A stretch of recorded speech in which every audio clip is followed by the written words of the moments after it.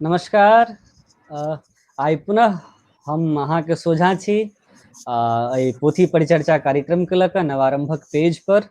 और जेना कि अपने लोकनि देखैत रहल यऽ और अपने लोकनि पूरा कार्यक्रम में रहल यऽ संगे और आइयो छियै अपने हेबै तऽ ई चारिम हमरा सभक ई एपिसोड एहि कार्यक्रम के पोथी परिचर्चा के चारिम एपिसोड में जे आइ हमर पोथी है जे चर्चा के केंद्र में आइ जे पोथी है वो पोथी है च्याकी राज बाबा। ई मैथिली कथा संग्रह है और एकर लेखक छथि कुमार मनीष अरविंद। एहि संग्रह में 11 टा कथा है कुल।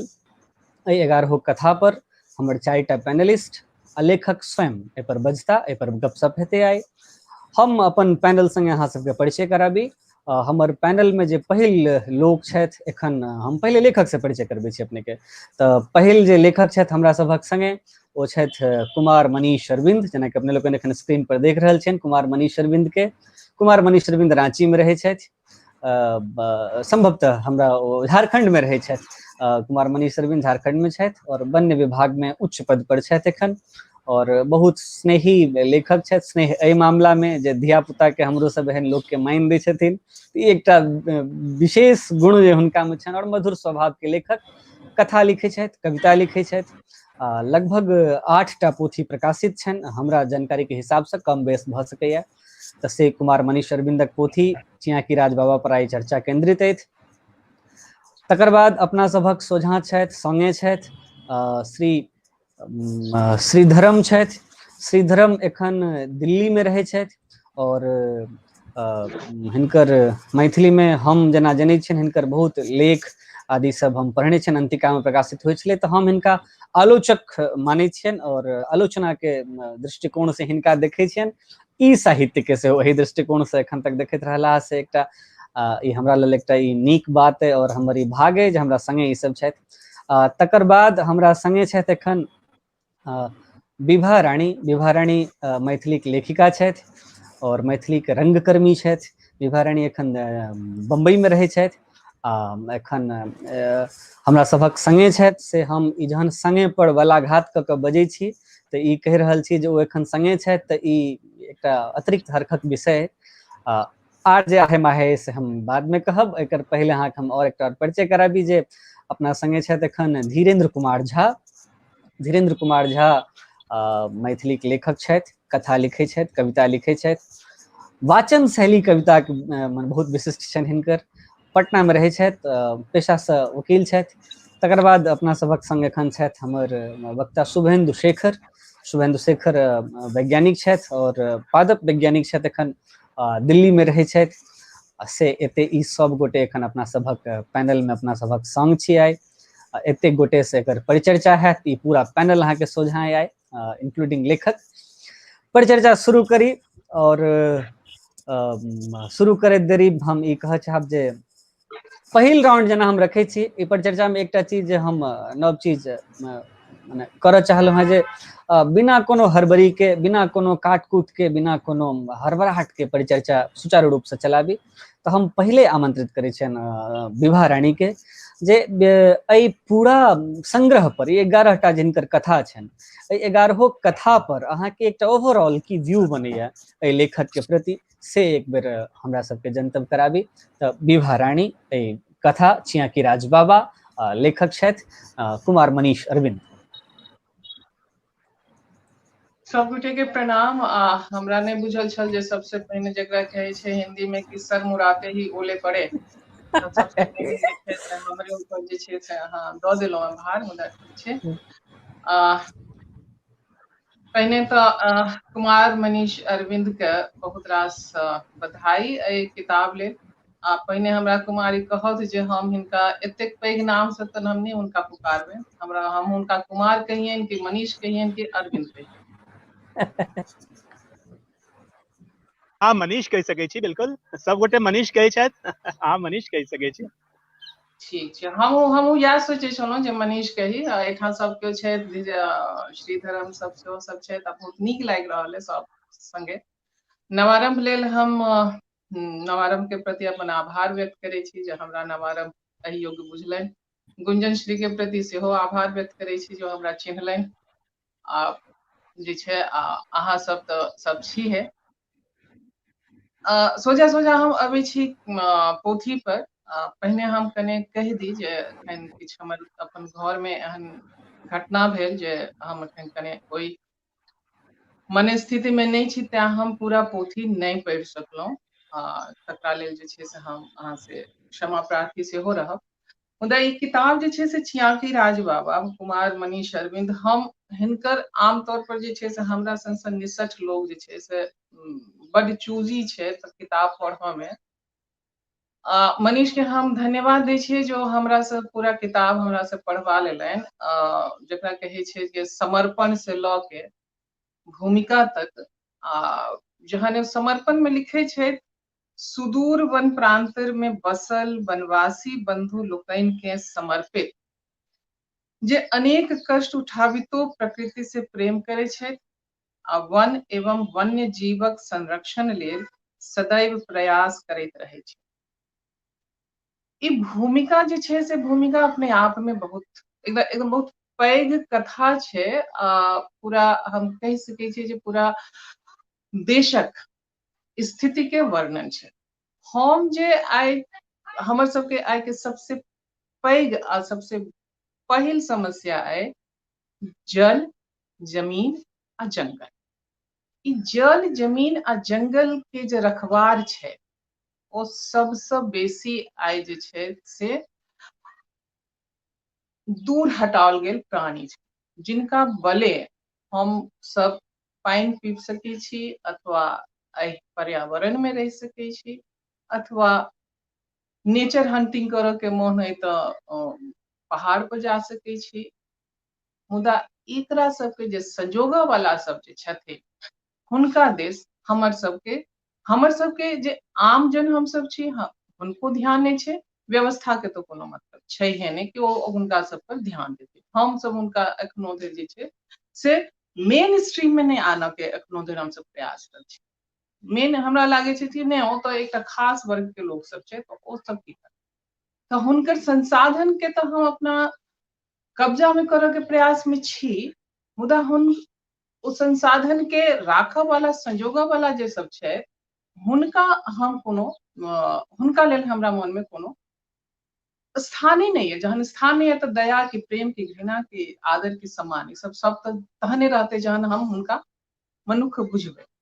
तऽ ई हुनकर जे समर्पण छलै, जे समर्पणे हमरा झकझोर के राखि देलक। आ उस समर्पणे के बले जे छै से हम बुझियौ जे हम 7-8 टा कथा, जे 11 टा छै, 11 टा में से हम 7-8 टा कथा जे छै से हम पढ़ि सकलहुँ। पढ़ऽ के मन पूरा छल कि हम पूरा पढ़ी, मुदा नहि भऽ सकल। तकरा लेल हम पहिनहिसँ हम अहाँ सबसे क्षमा मांगि लेलहुँ हैं। अब देखियौ जे ई तकरा बाद जे छै से समर्पणे में सवाल छै कि हम ककरा लेल करै छियै। हम सब लिखल अपना लेल करै छियै, जकरा हम कहै छियै जे सूट बूट जुल्मी तैयार, मोरा पिया मतलब के यार। तऽ हम सब जे मतलब के यार छियै, सूट बूट धारण कऽ के, ओ सब ई समर्पण हुनका लेल छै आ हम सब ओकर दोहन करऽ लेल छी। एहि किताब के सबसे पैघ एकटा दोसर विशेषता हमरा ई लागल एकर समर्पण। नहि, समर्पण तऽ छेबे कल, जेकरा मादे हम अहाँके कहलहुँ। दोसर जे एकर में हमरा लागल एकर भूमिका। एकर भूमिका जे छै 7 पृष्ठ के एकर भूमिका छै। आ 7 पृष्ठ के भूमिका में हम कहि सकै छी जे जबरदस्त भूमिका छै। सबके भूमिका कोना लिखल जा सकै छै, तकरो लेल जे छै से किताब पढ़ऽ के चाही। आ जबरदस्त भूमिका छै एहि लेल छै जे ई हिंदी आ मैथिली के अंतर संबंध पर बहुत महीन व्याख्या एकरा में छै, बहुत गूढ़ व्याख्या छै। आ लोक के एखन जे स्वर सब चलैत रहै छै, जे हिंदी जे छै से मैथिली के आ दोसर भाषा के खा रहल छै, ई कऽ रहल छै, उ कऽ रहल छै, ओकरा बुझऽ लेल ई भूमिका जे छै से अवश्य पढ़बाक चाही। ई भूमिका अहू लेल पढ़बाक चाही जे आमतौर पर जे होइ छै जे आयोजक सब जे अपना विचार राखि कऽ आ अपना सोचि कऽ लोक सबके, स्पीकर सबके, गणमान्य सबके बजबै छै, जे हाँ जतेक हुनका जे छै से हुनकर हम सत्य निकालि सकी से हम निकालि सकी, तऽ ओ ओकर मंशा भाँपऽ लेल सेहो ई भूमिका पढ़बाक चाही। वरिष्ठ नव साहित्यकारक के बीच के अंतर संबंध लेल भूमिका पढ़बाक चाही। आ कने मने जब हम कहब मनीष के कि पावर प्रयोग लेल सेहो ई भूमिका पढ़बाक चाही, तो किया तऽ अहाँ लग यदि पावर अइ तो ओकर बहुत रास जे छै से फायदा सेहो भेट जाइ छै, सकारात्मक तरीका में हम एकरा कहि रहल छी, नकारात्मक तरीका में नहीं। एकरा में गप होइत होइत पत्रहीन बाबा के पत्रहीन नग्न गाछ के चर्चा अबै छै। नौका विहार होइत होइत जे छै से पंत के नौका विहार के हमरा मोन पड़ गेल। खगेंद्र ठाकुर के चर्चा छै एकरा में। आ सबसे नीक तऽ हम मनीष के हम कहबनि जे हम अहाँ के कथा पर आब हम तखने बाजब जहन अहाँ हमरा एहि बात के भरोस दियाब जे अहूँ जे हमरो अहाँ जे छै से आश्रयनी घुमेबाक वादा करी, तहन तऽ हम बाजब, नहीं तो हम एहिठाम से हम टाटा बाय बाय करब। एकदम एकदम वादा, अहाँ आओ झारखंड आओ, अहाँ के दलमा घुमाएब, अहाँ के पलामू जे बेतला नेशनल पार्क छै से घुमाएब, हजारीबाग घुमाएब, जतऽ चाही ततऽ घुमाएब। और सबके हम सबके आमंत्रित करै छी जे दर्शक श्रोता छथि हुनको सबके कहै छियनि, किया तऽ मिथिला में अपना सबके पर्यटन के दिस जे छै से झुकाव नहीं अछि। हम सबके आमंत्रित करै छी, जे केओ चाही हमरा से संपर्क करी, हमर फोन नंबर सब लग अछि। अहाँ सब अही अगला जे जाड़ के मौसम एते, जे पर्यटन मौसम होइ छै अक्टूबर के बाद से, अक्टूबर से लऽ कऽ और फरवरी तक में, अगला 4-5 मास में जिनका आबऽ के हुए आओ, एकदम स्वागत है। 2021-22 में नियार करै छी, 2020-21 में तऽ जे छै से कोरोना माय नहीं करऽ देती किछो। तऽ अबै छी हम रचना पर। ई रचना में जेना गुंजन श्री सेहो कहलनि जे 11टा कथा छै। जहन हम कथा पढ़ैत गेलहुँ, हम बहुत ईमानदारी से कहै छी जे हम ई कथा जहन हम पढ़ैत गेलहुँ तऽ हमरा बड्ड नीक लागल। किया तऽ हम अखन मिथिला में हमरा बुझाइया जेना जे हम जहन लिखै छी, मैथिली में लिखै छी, तऽ हमर सबके दिमाग में रहै छै जे मैथिली में लिखऽ के माने छै जे मिथिला पर लिखी, मैथिल पर लिखी, मिथिला में जे भऽ रहल छै तकरा पर लिखी। हमर ई मानब होइया जे हम मैथिली में लिख रहल छी, भाषा अभिव्यक्ति के भाषा हमर मैथिली, विषय भौगोलिक एरिया हमर कतौ कोनो ठाम भऽ सकै छै, पात्र हमर कतौ के भऽ सकै छै। आ एहि चीज के मनीष अपन एक संग्रह में चियाकी राज बाबा में बहुत नीक जकाँ रखले। मनीष चूंकि झारखंड में रहै छै, झारखंड आब झारखंड भेल छै, नहीं तऽ पहिने ओ बिहारे के हिस्सा छलै। तऽ बिहार के ई हिस्सा जे छै से एखनो धरि बहुत अनएक्सप्लोर्ड छै। तो मनीष एकर जे हिस्सा छै, जे पूरा संथाल के जे हिस्सा छै, जे पूरा झारखंड के जे पूरा अधिकार क्षेत्र में जे खान छै, जे पहाड़ छै, जे जंगल छै, जे जमीन छै, ओकरा पर अपन नजर गड़ौलनि हो। आ जे हम कहलहुँ जे हम मैथिली में मैथिल आ मिथिले के रचना नहीं रची, जतऽ रहै छी ओतऽ के रचना रची। जेना हम ई चीज हम लिली रे में हम देखलियै कि ओ जतऽ भूटान में छै तऽ भूटान से हुनकर कथा आबि रहल छै, ओ दार्जिलिंग में छै तऽ दार्जिलिंग से हुनकर कथा आबि रहल छै, तऽ ई झारखंड में छै तऽ झारखंड से हिनकर कथा आबि रहल छै। आ झारखंड के पात्र के, झारखंड के चरित्र के, झारखंड के जीव जंतु के, झारखंड के पहाड़ के, ई सब के संबंध में ओ कहि रहल छै। अपन भूमिका में सेहो लिख गेल छै जे हम एहि भूमिका जे हमहू छी एहि कथा सबके बीच बीच में। ई ईमानदारी हमरा जे छै से मनीष के बड्ड नीक लागल, आ ताहि लेल जे छै से हम हुनका बहुत साधुवाद दै छियनि।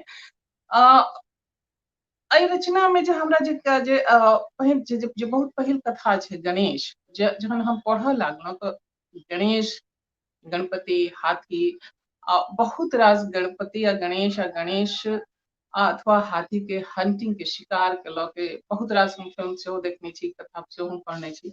तो ओकरा सबके बीच में आबि कऽ ओहि लेवल पे आबि कऽ ई कथा लागलै। मुदा हमरा जे छै से देखियौ, हमहूँ एकदम पूरा मैथिल मानसिकता से हम ग्रस्त रहै छी, तऽ हमहूँ देखलियै, हम कहलियै कि भाई तऽ ई संस्मरण छै कि कथा छै, कि संस्मरण छै। आ हम कहलियै कि नहीं, तऽ संस्मरण के बाद में जे छै से ओकरा जे छै नमारि के ओकरा कथा के रूप दऽ देलखिन। तो हम उनका पहिने हम रिजेक्ट कऽ देलियै कि नहीं।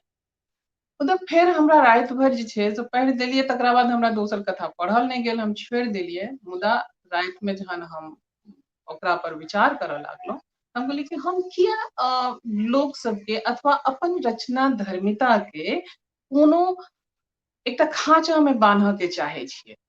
किया मने यदि एकटा केओ कवि लिखे, केओ कविता लिखे छे आ ओ यदि समीक्षा लिखल के तो हम कहले कि अच्छा आब अहाँ समीक्षो लिखब, किया नहीं ओ लिखते। यदि एकटा हम ही जेना कथा लिखैत लिखैत हम कविता लिख से शुरू केने छलहुँ, कविता कथा जी दुनू से। हमरा जी तऽ एहन गुरु हमरा सब भेटलनि जिनका बाबू आ राजमोहन जी या प्रभास जी सब एहन जे हमरा मार्गदर्शन देलनि जे भाई अहाँ कथा अहाँके गद्य नीक अहाँ गद्य लिखू। तकरा जी बाद जे छै से हमरा लागल जे हम ओकरा विस्तार दी। आ मैथिली के पढ़बाक लोक के एकटा सीमा छै, बुझबाक लोक के एकटा सीमा छै, कतबो इंटरेस्ट जी रहो तखनो। तऽ ओकर जी विस्तार जे छै से हम ओकरा नाटक में केलियै। तऽ तकरा बाद ई जी कहल गेलै जे तब नाटक के भऽ गेल। हमरा एकरा जे छै एकरा लऽ के हम मनीष पर हम आयब जे मनीष के जे इहे कथा हमरा पहिने संस्मरण लागल, भऽ सकै छै जे हम गलत होई, मुदा हमरा जे लागल से हम कहि रहल छी जे संस्मरण छै। संस्मरण के बाद ओ जे छै से कथा के स्वरूप लै छै, तऽ हम पहिने ओकरा रिजेक्ट केलियै कि नहि जी ई कोन अथी भेलै। मुदा तकरा बाद फिर हमरे अपना लागल कि नहि ई रचना धर्मिता के आ रचना कर्म के विस्तार छै कि जी कथा चलैत चलैत संस्मरण के रूप धारण करो कि संस्मरण चलैत चलैत कथा के रूप धारण करो। यदि ओ जी अहाँके पकड़ के राखऽ के शक्ति राखैये तो ओ रचना छै, और कथा के बिंब में ओकरा राखल गेलै तो ओकरा कथा मानल जाओ। आ ओहि जी हिसाब से हमरा ई कथा बहुत नीक लागल। आ जी चलैत चलैत जेना और हम किछु सब हम नोट हम केलहुँ, किया तऽ हम कहलहुँ कि जे भाई हम समीक्षक तऽ नहि छी तऽ हम बिसरि तिसरि नहि जाय। तऽ एकटा तऽ हमरा ई लागल जे संस्मरण में कथा अथवा कथा में संस्मरण किया नहि भऽ सकै छै, आखिर सबके हमसब अपन अपन अनुभवे से जे छै से हम जी आबै छी आ लिखै छी। मनीष जी एकरा में अपन अपन कथा लिखैत लिखैत में बहुत नव नव शब्द आ नव नव अर्थ बुझेलनि। ओ अर्थ यदि ओ झारखंड के पृष्ठभूमि पर कथा नहीं लिखतथि जी तऽ हमसब हमरा तऽ नहि बुझब में आबितै। जेना लिखलनि एकटा ट्रैंक्विलाइजिंग गन, हमरा नहीं बुझल छै ट्रैंक्विलाइजिंग गन की होइ छै। हम ई कथा के माध्यम से हम बुझलहुँ जे ट्रैंक्विलाइजिंग गन की होइ छै। जहन ओकर वर्णन पढ़लहुँ तऽ एकदम सिहरि गेल मोन सेहो सिहरि गेल आ इच्छा सेहो भेल कि एक बेर यदि हमरा मौका भेटत तऽ हम ओ गन देखऽ के जरूर हम देखऽ के इच्छा हम प्रकट करब।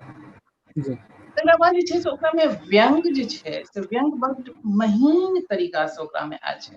महीन मतलब एतेक महीन तरीका से तो ओकर करीब पढ़ैत पढ़ैत हमरा भीष्म साहनी के कथा जे छै समाधि भाई राम सिंह, जकर हम मंचन सेहो करै छी हिंदी मैथिली दुनू में, से हमरा मोन पड़ि गेल कि कोना जे छै से एक व्यक्ति के अहाँ जाधरि जैसे जकरा कहै छै ने अपना ओहिठाम जिंदा में गुहा भत्ता मैला पर दूधा भत्ता, तऽ ओहि हिसाब से कोना सब हमसब लऽ के जाइ छी से हमरा ई कथा में हिनकर रचना में हिनकर सब कथा सब में हमरा लागल। अब चोरनी जे छै से चोर के पकड़ेबा के आ ओ तिनटोलिया वाली के आ बुचकुनमा के कथा आ ओकरा लेल जे छै से एखनो धरि हमसब जे छै चाहे कोनो जाति होय, उच्च जाति होय कि जे जाति होय, कियाकि हम हुनका से सामाजिक दंड ई क्यों नहीं बुझे छै जे हम चोरी कऽ रहल छी तऽ शौक से कऽ रहल छी अथवा विवशता से कऽ रहल छी। जी यदि हम विवशता से कऽ रहल छी तऽ एहन सिस्टम एखन धरि किएक नहीं भेलैए डेवलप भेलैए जे ओहि विवशता के हमरा एकटा ताकत देल जाओ जे हम ओहि विवशता से निकली आ अपन रोजी रोटी के एहन न्यार करी कि हमरा दू कोर भात भेटै कि दूटा रोटी भेटै। ओ नहीं भेटला के कारणे जे छै से ओ तिनटोलिया वाली जे छै से चोरी करऽ पर विवश होइ छै। आ चूंकि अब ओ डिक्लेयर चोर छै तऽ ओकरा जी अहाँ जाइत से मारि दियौ। ई सब जे जी सामाजिक विषमता छै, हम एखनो जी जे ई लऽ के एलनि तऽ हमरा मतलब हम ई तऽ छै कि हम ई नहीं कहि सकै छी हम बम्बई में रहै छी तऽ हम ई सब नहीं जानै छी। ई सब तऽ ओकरा जनिते छी। दोसर एकटा छै सुनै छै शिखा, सुनै छै शिखा अगर फेर हमरा जे छै से डोरी पर छै। एकटा मृत बहिन जे छै से हुनकर पति के विवाह जे छै सब होबऽ जा रहल छै हुनकरे पतिसँ। अब ओहो में लिखल छै कि दहेज दहेज के प्रथा, जब दहेज छै तऽ हमरा लागै छै जे हम सब एखनो धरि जे छै से दहेज दहेज दहेज दहेज हम करैत रहै छी। दहेज के मूल में नहीं जाइ छी जा धरि हमसब बीइंग पेरेंट्स जा धरि हमसब अपन धिया पुता के मोन में आ खास करके बेटी के मोन में आ बेटा के मोन में सेहो कि भाई तू पढ़ि लिख गेल छै तब तक मने ई नहीं जे तोरा हम बेच देबौ। ई जी बात जा धरि नहीं राखबै, जा धरि हम बेटी के मन में ई विश्वास नहीं दिएबै कि तो खाली जे छै से पढ़ि लिख के बियाह जोगर नहीं छै ताधर ई दहेज के प्रथा कुप्रथा बनले रहते। तो ई अहाँ ये हमर सबके प्रयास हेबाक चाही कि हम सब सबसे पहले कही कि बेटी अहाँ पहले पढ़ लिया आ जाधर ई जाति प्रथा आ ई अपन दियाद में अपन जाति में या अपन ई में बियाह करऽ के जे प्रथा छै आ हम ही करब। कपड़ा तो अहाँ अपना मन से पहिरू, पढ़ाई तो अहाँ अपना मन से पहिरू, होटल सिनेमा तो अहाँ अपना मन से करू, मुदा विवाह जे छै से अहाँ हमरा मन से करू। जाधर अहाँ हमरा ई सब केने रहब ताधर जे छै ई दहेज प्रथा जाय वाला नहीं छै। आ नीक जो बहुत तो ई सब जे छै से ओकरा में जे जेकरा हम कहै छियै ने कि ई विडंबना, समाज की विडंबना हम कहै तऽ छियै, मुदा ई विडंबना पर हम काज संभवतः हमर समाज नहीं करे छै। जतऽ जतऽ काज होइ छै ओतऽ ओतऽ नहीं कहै छै। भने एक जगह गए छै कि हम अकेले ही चले थे जानिबे मंजिल मगर लोग आते ही गए, कारवां जी बढ़ता गया। जी भने एके लोग करे। यदि समय भऽ जाए तऽ हमरा गुंजन अहाँ कह देब तऽ जी कते हमरा बाजऽ के छै। जी हम अपने लग में फेर दोसर बेर आयब और अच्छा एहि पर हम दोसर दोसर वक्ता सब सेहो लै छियनि और हम पुनः अबै छी संस्करण। एकटा बात के जे विभारानी अपन जे हिनकर ओवरऑल जे एहि किताब पर जे बाजे क्रम में एकटा बात जे कहलखिन जे माने पॉइंट करे वाला हमरा लागल और ओकरा हम माने अहूँ सबक समक्ष रखै छी जे मनीष अरविंद जन कथा लिखै छथि तो ओ की कथा लगैया वा ओ संस्मरण वा संस्मरण के कथा रूप में पेश कयल गेल है वा ई एकटा नया शिल्प छनि मनीष अरविंद के संस्मरण जकां कथा लिखे के। ई एकटा प्रश्न हमरा मन में अबैया, से प्रश्न हम पूछब सब गोटे से। मुदा एहि ओवरऑल किताब पर अपन विचार के लेल हम एखन आमंत्रित करै छियनि शुभेंदु शेखर के। शुभेंदु शेखर जी एहि पूरा किताब पर ओवरऑल मैक्सिमम 5 मिनट में अपने कही ताकि सब गोटे के समय के हम ध्यान रखी और पूरा कार्यक्रम नीक से अपन समय खत्म कर सकी। तो से एहि पूरा किताब पर अपने हमर एकटा प्रश्न के ध्यान में रखे जरूर कही। सबसे पहले हमर आवाज आबि रहल है ना? जी बिल्कुल आबि रहल है। जी सबसे पहले सब गोटे के प्रणाम करै छी और नवारंभ के आभार और गुंजन अहाँ के आभार। बेसी आभार में नहीं समय लेने हम मूल रूप से किताब पर अबै छी। कुल 96 पेज के किताब छै। 2016 के छपल किताब छै। प्रकाशक नवारंभ छथिन। सबसे पैघ हम पहिने जे छै से खासियत किताब के कहब जे कि किछु विभा दीदी कहबो केलखिन है जे ई जे छै से प्रकृति के बात करै छै, वन्य जीव के बात करै छै। मैथिली में एकटा एहनो लेखक छथि जे अपन कविता या कथा में वन्य जीव के या प्रकृति के बात करै छथि। वन्य जीव के या वन जीवन या प्रकृति के नष्ट करे के पाछू जे तंत्र छै, ओहि में जे एकटा बाजार छै, एहि के सेहो उघार करे के ओ प्रयास करै छथिन। और दोसर एकटा बड़ा नीक बात छै जे झारखंड के ओहि सब पृष्ठभूमि के लऽ कऽ ओ अबै छथिन, जेना तपा पहाड़ अबै छै, आदिवासी बहुल इलाका के पात्र सब के लऽ कऽ अबै छथिन। जेना कि हम अहाँके कहब गणेश कथा में, चियाकी राज बाबा में, लहास में उग्रवाद नहीं छलो, ई सबटा जे कथा सब हिनकर छनि, ई सबटा जे छै से प्रकृति सेंट्रिक छनि। प्रकृतिवाद एहिमे जे छै से कतौ न कतौ छै। जेना तपा पहाड़ के बात केलखिन, वानपुर, करकट, होतबार, बारेसार, ई सबटा इलाका ओकर छै। पात्र के अहाँ देखियौ, हिनकर चुनाव जे छै से बिगन पढ़िया, शनिचर उड़ाव, जुड़ावन उड़ाव, ई सबटा आदिवासी बहुल इलाका सबके पात्र लऽ कऽ अबै छथिन। एहिमे अहाँके देखियौ चियाकी राज बाबा के यदि अहाँ बात करबै तऽ चियाकी राज बाबा में प्रकृति के संरक्षण के अलावे एक औरो बात छै जे अहाँके बाजारवाद केना प्रकृति में अतिक्रमण कर रहल छै, ओहि बात के पूंजीवाद केना जे छै से प्रकृति के जे छै से ओ इंटरफेयर कर रहल छै। लेकिन देखबै जे ओहिमे जे अहाँके जेना मगनू सिंह छै, मृत्युंजय भाई के पात्र छै, ई सब पात्र जरूर प्रकृति के तरफ मुड़े के बात कर रहल छै, लेकिन एखनो ओहिठाम कतौ न कतौ बाजार तंत्र हावी छै। अहाँके देखियौ जखन जंगल नष्ट भेलै ओहिठाम, ओहि टाइम में जे छै से तर्क छै जे आब तऽ जे छै से एलोपैथ के दवाई सब काज कर रहल छै। एखनो आब जहन मार्केट जे छै से हर्बल मेडिसिन के एलैए, तखन देखियौ आब प्रकृति संरक्षण के बात बहुत गोटे कऽ रहल छै। तऽ सभक नियत एके रंग छै से बात नहीं छै। गणेश यदि कथा के ली तऽ वस्तुतः हिनकर पिछला साल एकटा उपन्यास आयल छनि मिच्छामि दुक्कड़म, ई कथा ओकर आधार छै। वस्तुतः ओ जे हुनकर जे छै से अपन अनुभव आधारित जे उपन्यास छनि ओ एकर एक्सटेंशन छै। तऽ ई गणेश जे कथा छै से बहुत ढंग से एकटा चीज देखबै छै जे केना धर्म, आस्था, रूढ़ि आ अंधविश्वास सबके एकटा अलग अलग मनोविज्ञान होइ छै। आ एहिमे जे छै ने से सभक बीचमे एकटा मेही सनक रेखा होइ छै, ओ रेखा जखन मेटा जाइ छै ने, ओ मेटाइते देरी सबटा गडमड भऽ जाइ छै।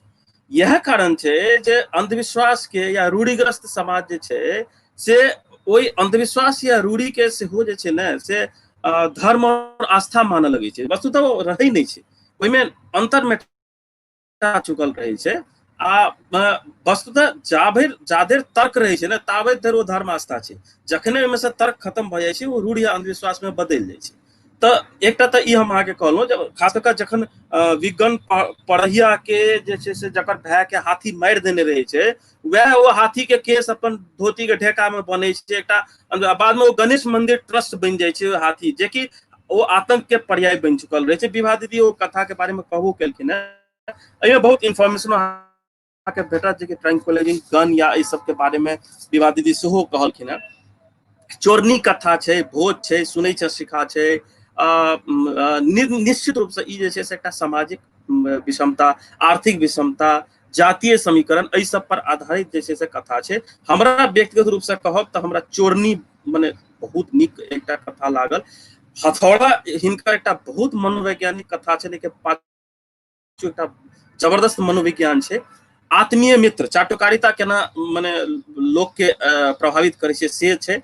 और उग्रवाद नहीं छल ओमे एकटा ई ढंग से देखबे के प्रयास कयल गेलै है जे केना केना जे छै से एकटा भ्रष्ट तंत्र जे छै ने से नीको आदमी के खराब रास्ता पकड़ा दी। ई तो हम आगे कहलहुँ जे एहि पोथी के सकारात्मक पक्ष छलै। यदि हमर कनिको समय बचल हुए तऽ आब कनि मरखाह गप हम कहब। वस्तुतः जी जरूर विभा जरूर दीदी जे जरूर। कहलखिन जे विभा दीदी जे कहलखिन जे कथा हुए कि संस्मरण हुए या संस्मरण कथा भऽ सकै छै कि नहि, बस भऽ सकै छै, कोनो दिक्कत नहीं छै। लेकिन होइ की छै गुंजन जे मतलब कथा लिखब आ रपट लिखब में अंतर होइ छै। दोसर बात की छै ने जे कथाकार के उपस्थिति कथा में आवश्यक छै, ओ कतौ ने कतौ रहबे करै छै। लेकिन एहि उपस्थिति के एकटा अनुपात हेबाक छै। ओ रेशियो जखने इम्बैलेंस होइ छै ने ओ गड़बड़ा जाइ छै कथा। और हम जे मनीष सर के कथा में जे गौर केलियै, खास कर हम गणेश और लहास के बात करऽ चाहब, एहिमे जे छै से हुनकर इन्वॉल्वमेंट के रेशियो गड़बड़ा गेल छनि, ओ बेसी इन्वॉल्व भऽ गेल छथिन। और एहि कारण से ओकरा अहाँ मतलब जे छै से कथा के ओ गड़बड़ा देने छै। ई एकरा अहाँ हुनकर लेखन के कमजोरी मानि सकै छियनि, नहियो मानि सकै छियनि, ई पाठक पर निर्भर करै छै। लेकिन मने हम एक दूटा चीज और अहाँके एहिमे जोड़ऽ चाहब जे ई जे हम अहाँके इन्वॉल्वमेंट के जे बात कहलहुँ, की होइ छै कोनो कथाकार के जे छै ने से एकटा अनुभव के आधार पर विचार बनै छै। विचार से जे छै ने से ओ अहाँके कथ्य और शिल्प के तरफ बढ़ै छै। लेकिन यदि ओहिमे जे रेशियो गड़बड़ा जाइ छै ने, ओ जे अनुपात गड़बड़ा जाइ छै, इन्वॉल्वमेंट बेसी हो जाइ छै कोनो कथाकार के कोनो कथा में, ओ जे छै ने से कथ्य से शिल्प नहीं जा पबै छै, बुझलियै। और एहिठाम जे छै ने से जेना देखियौ, एहिठाम हम उदाहरण देब एहि संग्रह के देब जे चियाकी राज बाबा या उग्रवाद नहीं छल ओ हिनके लिखल छनि, एहि संग्रह के कथा छै। लेकिन देखियौ एहिमे ओ कते तुलन बांधि लेलखिन तऽ कथा ढंग के निकलि गेलै। ओहि कथा के अहाँ ढंग के कहि सकै छियै। आब ओकर माने औरो नकारात्मक कोनो कथा संपूर्ण नहीं होइ छै, लेकिन अहाँ ओकरा कहि सकै छियै। अच्छा, एहिठाम जे छै से एकटा की छै जे अहाँ एकटा थर्ड आई के बात करै छी, तेसर आंखि, तेसर आंखि के आवश्यकता होइ छै अहाँके। चोरनी कथा छै, भोज छै, या अहाँके औरो कथा के उदाहरण जे हम एखने कहलहुँ हैं, एकरा लऽ लिअ अहाँ। एहिमे थर्ड आई छै, कथाकार के जे छै से ओ तेसर आंखि से देखै छै, तऽ हुनकर इन्वॉल्वमेंट के रेशियो जे छै ने से कम भऽ जाइ छै। तऽ ओहिमे अपन हुनकर अनुभव छनि, तथ्य छनि, शिल्प छनि, सबटा चीज छै। लेकिन ओ कथा जे छै ने से एकटा बनायल कथा भऽ जाइ छै। ई हमर जे छै से मानब। जेना हम ई थर्ड आई के एकटा छोट सन एग्जांपल से हम एक्सप्लेन करै छी।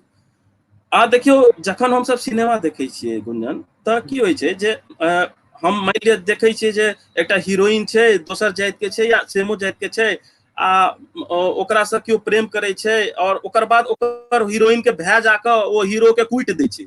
तऽ की होइया, हमसब जे छै से हीरोइन के भाइये के गारि पढ़ै छियै। लेकिन जखन वह दर्शक वर्ग में बहुत गोटे के बहिन से केओ प्रेम करऽ लगे छै तऽ वह जाके वह कूटे के काज करै छै। तऽ ओहिठाम की छै जे सिनेमा में थर्ड आई काज करै छै। सिनेमा में अहाँ ओहि घटना के पात्र नहीं रहे छियै तऽ अहाँ तेसर आंखि से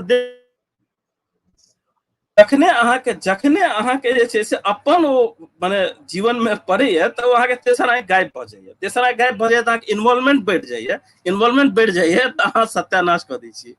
तऽ ई कारण से हम एक बेर कहऽ चाहब कि एकरा फेर जे छै से फेर दोसर तोर में अहाँ हमरा लग जी जी जी जी गुंजन एखन तक में दूटा चीज बात आयल। पहिल बात आयल जे संस्मरण आ कथा, संस्मरण वर्सेस कथा। दूटा बात आयल, दोसर आयल जे इन्वॉल्वमेंट।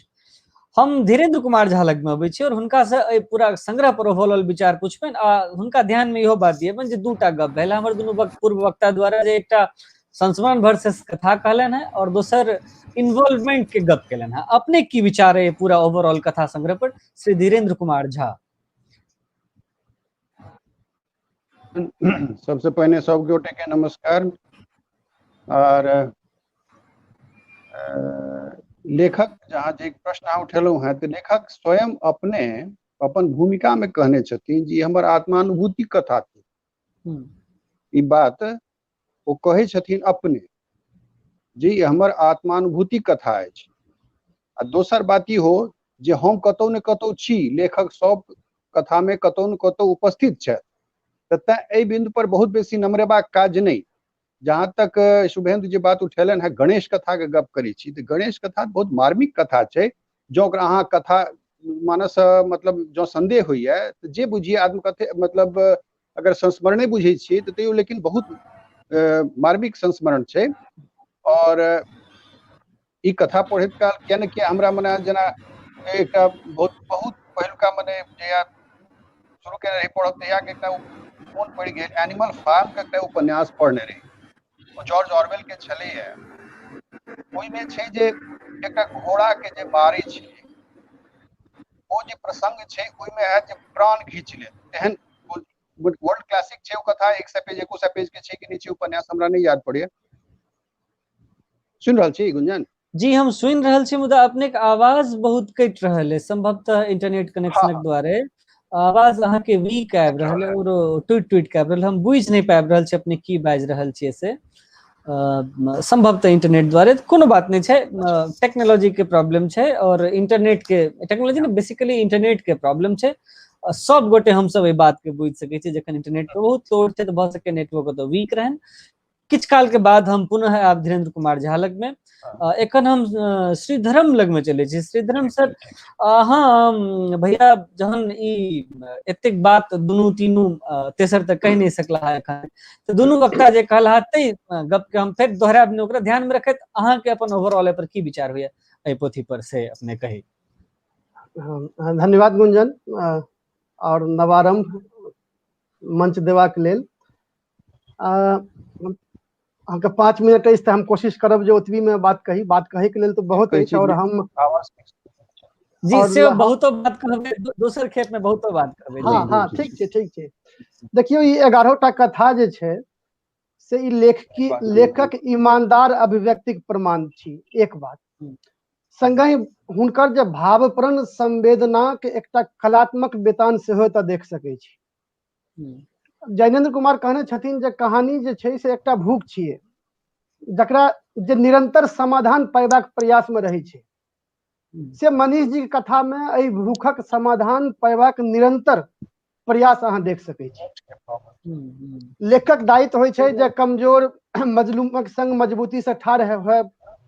अहियो दायित्व के मनीष जी सफलता पूर्वक निर्वहन करै छथि, एहिमे कोनो दिक्कत नहीं। हाँ ई अलग बात छै जे कहानी के ट्रीटमेंट में ओ कतौ हुसैत बुझाइत छथि। मनीष जी के तमाम कहानी के पढ़ला के बाद, किस्सा के पढ़ला के बाद हम एहि निष्कर्ष पर पहुंचे छी जो कोनो पूर्व निर्धारित वैचारिक आग्रह से कहानी नहीं लिखे छथि, मुदा वो मानवता के प्रबल आग्रही छथि। संगे आत्मालोचन आ लेखकीय द्वंद्व से ओ मुंह नहीं मोड़े छथि।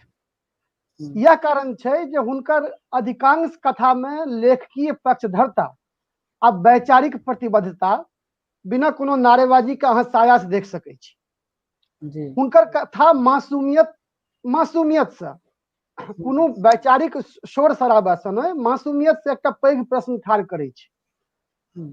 विस्तृत सामाजिक आयाम आ वैचारिक कैनवास के ओइमे समेटे छै। खास कऽ के जल जंगल जमीन के संदर्भ में जो 2-3 टा कथा छै जै पर शुभेन्दु जी बात केलखिन, विभा जी बात केलखिन, धीरेन्द्र जी केलखिन। हमहू ओइ कथा के खास करके गणेश और लहास के जे छै से संस्मरण, रिपोर्टाज और कथा के मिश्रण मानै छी। लेकिन विधा के बहस जे छै से बाद में हेतै। कुल मिला के वो रोचक छै और जे जल जंगल और जमीन के जे दुनिया छै ओकरा एकर पैघ कैनवास हमरा सामने खोले छै। एतबी नहीं, ओहो समाज में धर्मक राजनीति केना शुरू भ रहल छै अहाँ ओइ गणेश के कथा में ओहो देख रहल छियै। दोसर गप एकटा बात और, जे जनमत जे छै ओ जनमत हरदम सही नहीं होइ छै। कबीर कहने छथिन जे जनमत मति के भोरा रे, बहुत भोला होइ छै। ओ कखन भेड़िया धसान भ जेतै, कखन की भ जेतै तकरो ठीक नहीं छै। तो वह जनमत खिसियाल छै जे फॉरेस्ट अधिकारी सब किया नहीं मारि रहल छै, एते देरी क्या कर रहल छै जे 40-45 टा हाथी के मारि देलकै। और जहन वो अधिकारी मारि दै छै तो कहे छै जे देखिए एकरा नीक नहीं हेतै, अदला हेतै। और वह जे एकटा लहास कथा में जे वन के तस्कर सब मारलकै हैं, तैयो ले ओतौ जे छै से ओकर वह प्रतिक्रिया छै। तो एहि जनमत के उतारे में छै से एहि दुनू कथा में बहुत नीक जकाँ ई कथा एले हैं। हम बाद में एहि पर विस्तार से बात करब। दोसर गप जे हमरा जनैत जे 2 टा कथा संग्रहक अछि, पसरैत अन्हार आ उग्रवाद नहीं छलो, ई एहि संग्रहक श्रेष्ठ कथा थिक।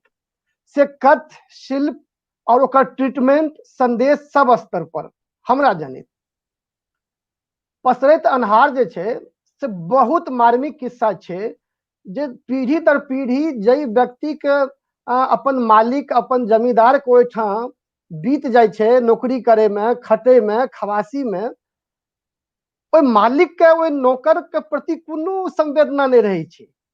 लेकिन जब जे नौकर छै, जे श्रमशील वर्ग छै, वो ओतबी संवेदना से ओकरा जुड़ल रहे छै। और वो जो ओइ कथा के जे पात्र छै, जे अहाँ के अपन पूरा हृदय के जे ओकर वात्सल्य छै, ओ समुद्र ओकरा जे छै से आनंद पर उपैछ दै छै राम टहल। लेकिन वह राम टहल जहन पैघ भ गेले हैं तो चिन्है नहीं छै, ओकरा चिन्है नहीं छै।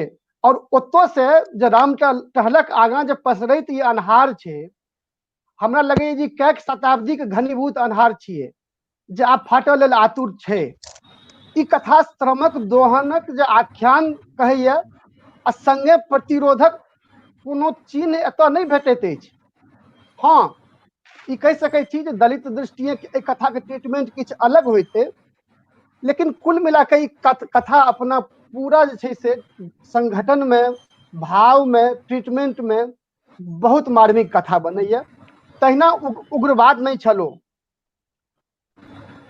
अहाँ के जहाँ पसरैत अन्हार के जे अंत छै, ओतऽ अहाँ के किछु अभाव भेट सकैया, जे अभाव अहाँ के उग्रवाद नहीं छलो में जाके पूरा के पूरा वो फरिच भ जाय छै। बिल्कुल सिंपल ढंग से वो कथा चल रहल छै, वो कथा चल रहल छै। और अचानक जे अंत होइ छै, वो अंत प्रतीकात्मक रूप में सही, लेकिन वो बहुत पैघ बात कहै छै और एकटा बहुत पैघ समस्या के जड़ दिस इशारा करे छै। 2 टा कथा पर और कनी चर्चा करना चाहब हम, फिर हम आगू अहाँ के कहब बढ़े के लेल। भोज कथा जहिना हमरा जनैत जे छै से अहाँ के 2 टा कथा कहलहुँ हमरा श्रेष्ठ कथा, उग्रवाद नहीं छल ओ और पसरैत अन्हार, तहिना हमरा भोज कथा जे छै से कमजोर कथा लगल। एकटा जे छै से दलित पात्र द्वारा जे छै से माई के इच्छा जे हमर श्राद्धक भोज सौंसे भवन टोली खैते, और ई पूरा करबा के लेल जई तरह से ओ एड़ी चोटी क रहल अछि, ओकरा घर ब्राह्मण खाय ले नहीं अबै छथिन, तो ब्राह्मण घर पर वो भोज खुआ रहल छै, सब किछ क रहल छै।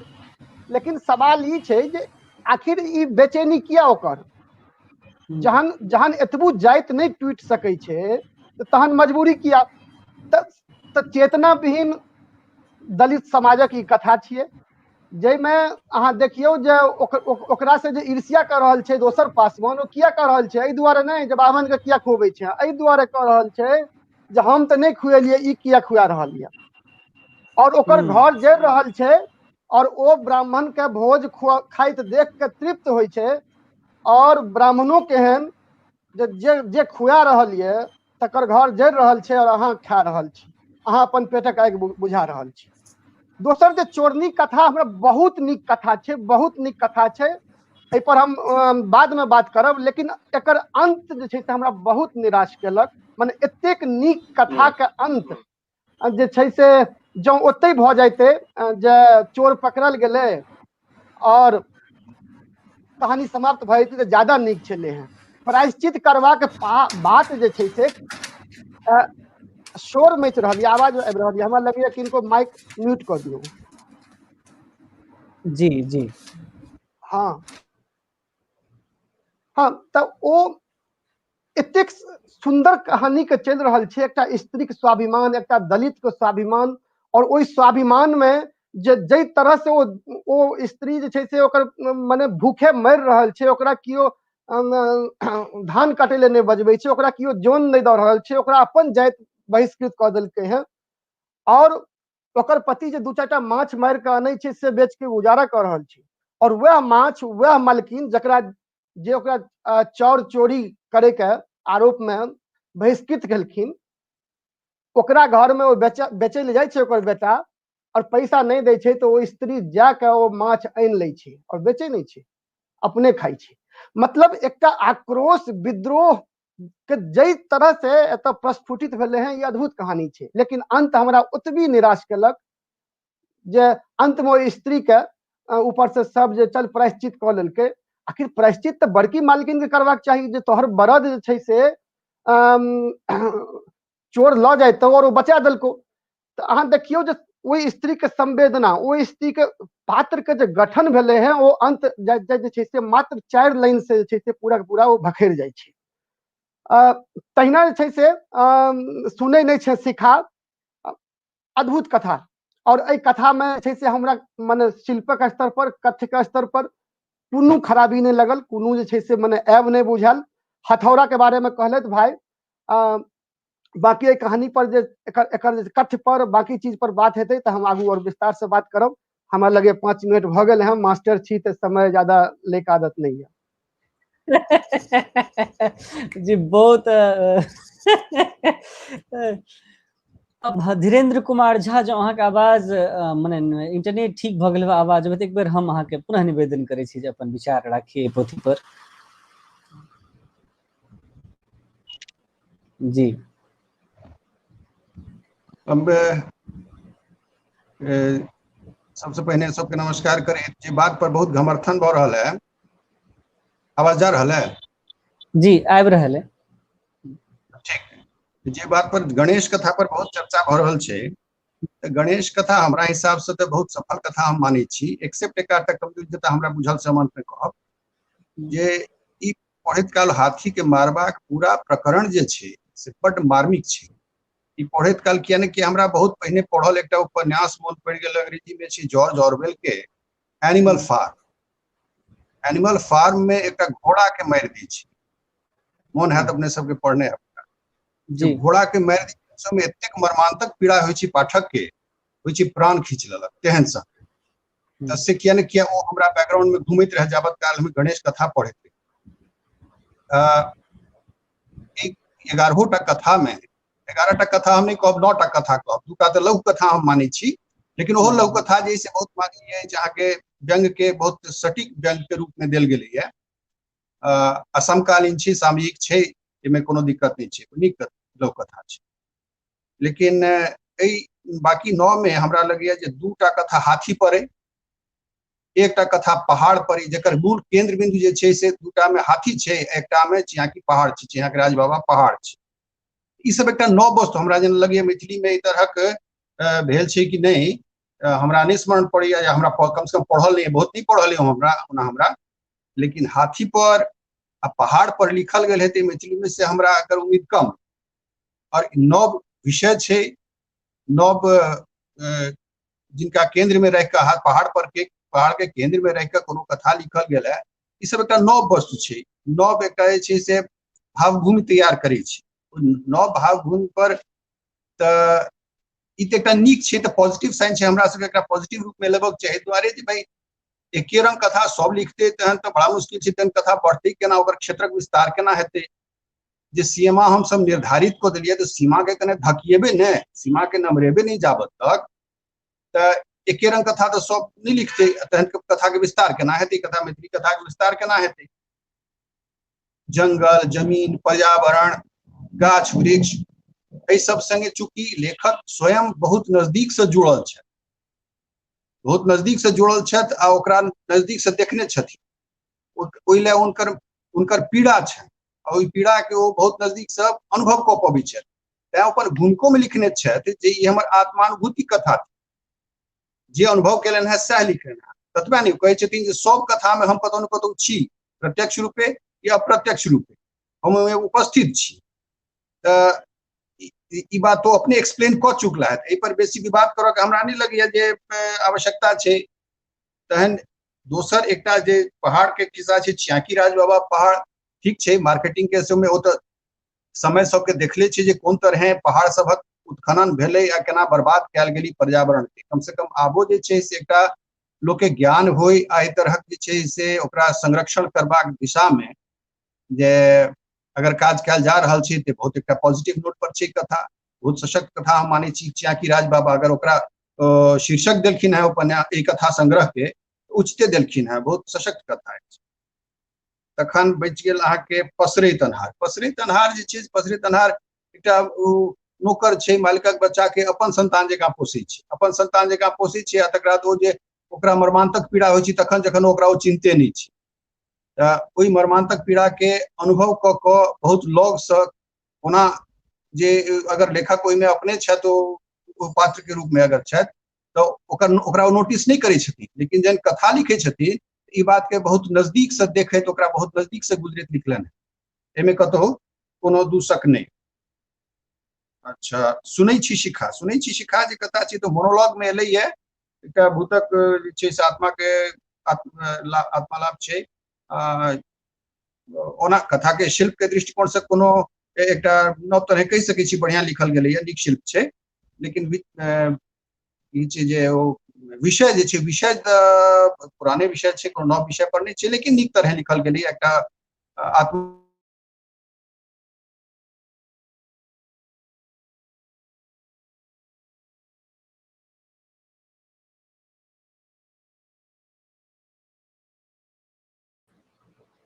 संभवतः उनकर इंटरनेट के कनेक्शन पुनः उनकर संग छोड़ दिलकन है। जँ अबै छनि फेर तऽ हम फेर हुनका से गप करब। एहि अथी के जे ई जे एकरा मोटा मोटी पहिल राउंड मारि लेल जाय खत्म, एहि दुआरे कि लगभग सबक विचार आबि गेल छनि और अंतिम पर गप करे छलाह धीरेन्द्र कुमार झा तऽ ई इंटरनेट हुनकर संग छोड़ दिलकन है। एहिमे जे दू तीन टा बात आयल एखन के अथी में जे जी आबि रहल है, जी आवाज आबि रहल है, जी हाँ। तो दूटा कथा के हम और रेफरेंस देबऽ चाहब, एकटा चोरनी के आ दोसर भोज।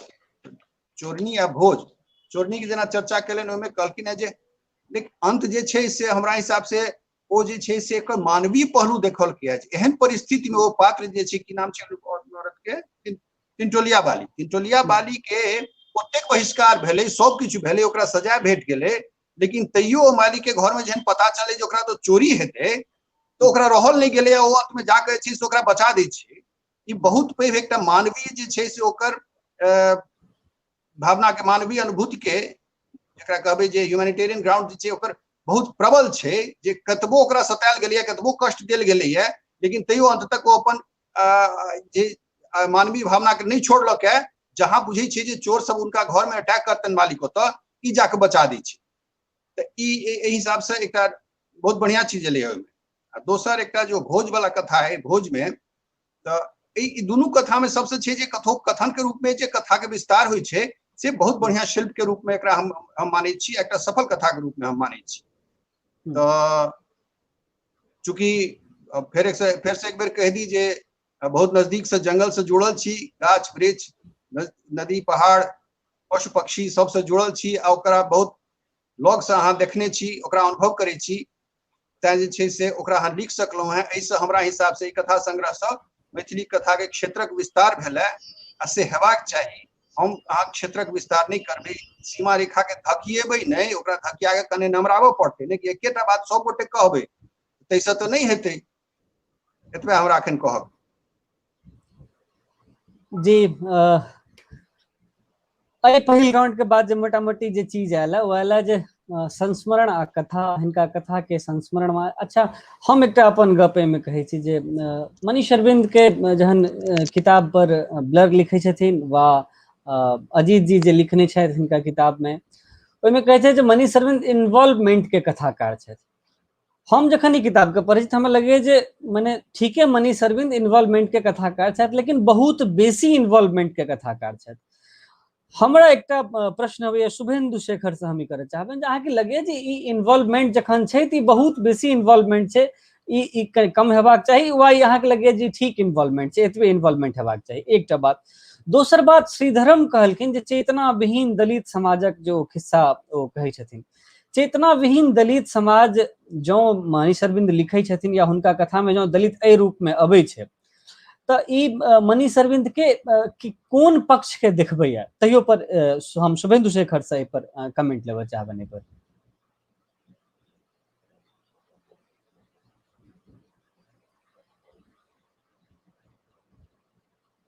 शायद जी शुभेन्दु शेखर हमारा बात सुन जा रहा है यहाँ तक?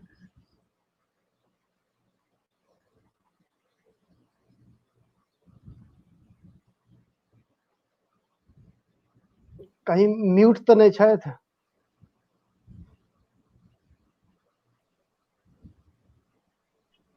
अहाँ के माइक म्यूट है, अपने अगर अनम्यूट कर लिए एक बेर।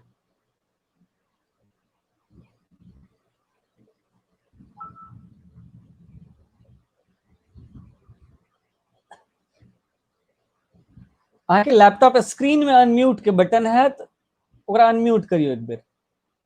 एखनो म्यूट है। ओके अब ठीक है। अब आवाज आबि रहल है जी। हाँ, हम कह रहल छलहुँ जे पहिने हम अहाँके पहिल प्रश्न पर पहिने आबी, ओहिमे हम हल्का फुल्का कहियो चुकल छी जे हम पहले बेर जे पहिल के हम कह रहल छलहुँ अपन जे इन्वॉल्वमेंट के कथाकार छथिन सर, और इन्वॉल्वमेंट के कथाकार हेबाक चाही। आ हमरा नहीं बुझाइए जे कथाकार कोनो अपन कथा में कनी ने मिसियो भर इन्वॉल्व नहीं रहे छै, एहन बात नहीं रहे छै। कथाकार कतौ न कतौ इन्वॉल्व रहे छै, ओ इन्वॉल्वमेंट के अनुपात के हम केने छलहुँ। वो अनुपात जे छै ने, जे हम गणेश कथा में कहलहुँ या लहास में कहलहुँ, ओहिमे वो इन्वॉल्वमेंट बेसी भऽ जाइ छै। वो कथा के कतौ न कतौ मनीष अरविंद सर के जे बहुत सीनियर कथाकार छथिन और बहुत दिन से लिख रहल छथिन, हमरा बुझाइए जो कतौ न कतौ कमजोर करे छै वो कथा के। बेसी इन्वॉल्वमेंट हमरा हिसाबे कथाकार के तय करक चाहिए, जे कि हम थर्ड आई के बात से अहाँ के कहलहुँ जे कि हमर यदि कोनो घटना के सीधे सीधे पात्र नहीं भ क ओकरा यदि तेसर आंखि से देखे के प्रयास करै छियै तऽ हमरा बुझाइए जे कथा में संतुलन आबि जाइ छै।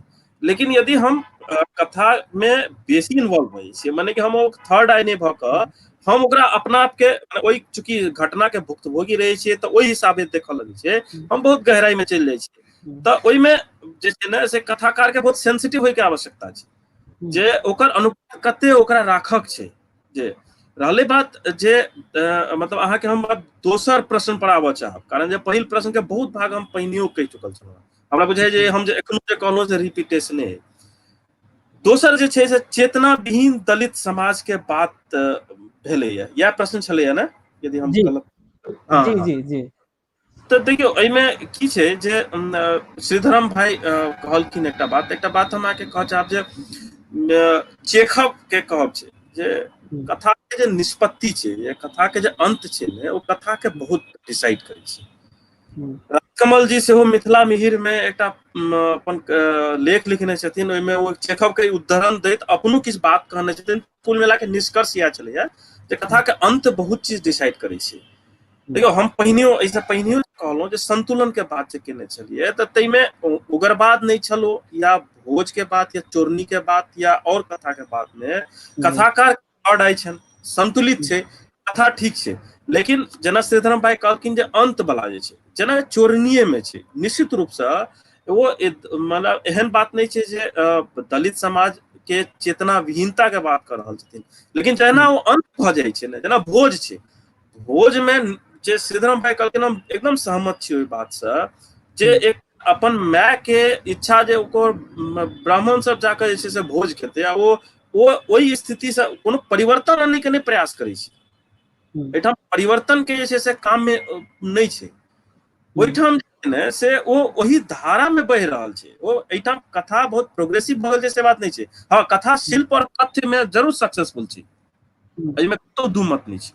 ओकर शिल्प और कथ्य में कतौ समस्या नहीं छै, लेकिन अंत से ठीके समस्या छै। अंत यदि अहाँ कहबै जे चोरनी के यदि बात ली या भोज के बात ली, वो अंत हमरो नीक नहीं लागल। हाँ, पसरैत अन्हार हमरा छूटि गेल छलै, पसरैत अन्हार में कनिको नहीं कहि सकै छै जे ओ चेतना विहीन दलित समाज के बात छै।